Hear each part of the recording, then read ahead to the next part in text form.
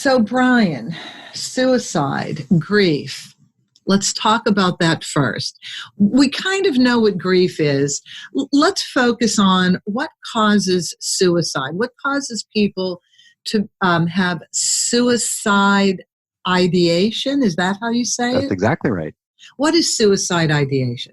That's a great question. And what we know now and what we're able to talk about now, these are very different types of conversations that were had maybe 20 years ago, certainly 50 years ago. These are taboo topics and have been for a long time. Less so now because of discussions like this, also because of high-profile deaths. One of the most important moments in our field of suicidology came with Marilyn Monroe's death. So her death in the early 60s and her being a global figure, similar to Robin Williams, Anthony Bourdain, Kate Spade, and others. But Marilyn Monroe's death really shocked not only the country, but the world.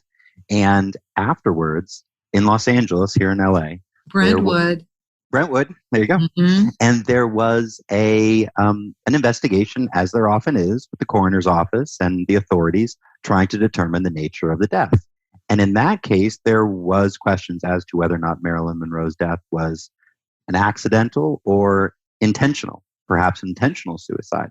And so there were some researchers that got together, three gentlemen by the name of Schneidman, Barbaro, and Littman, and they conducted their investigation, and they determined that her death was a probable suicide. And because Marilyn Monroe is Marilyn, everyone paid attention, and this became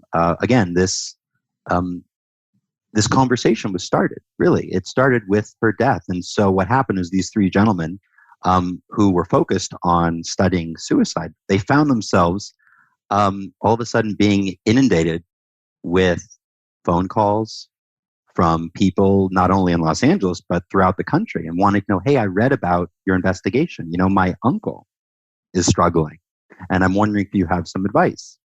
And people would call and say, hey, you know, I'm struggling myself. I'm feeling stuck, and I can't talk about this with anybody. I was wondering, I read in the newspaper about your work for Marilyn and those circumstances. Can you help me? And the reason I'm giving this history is it's important because, again, these are taboo topics, the big, things that we don't talk about around the dinner table. They got so many calls, in fact, and so much attention that these three researchers, they got their spouses, they got their neighbors, they got their friends to even come and answer calls. And ever since we have the first national suicide crisis hotline where people can call.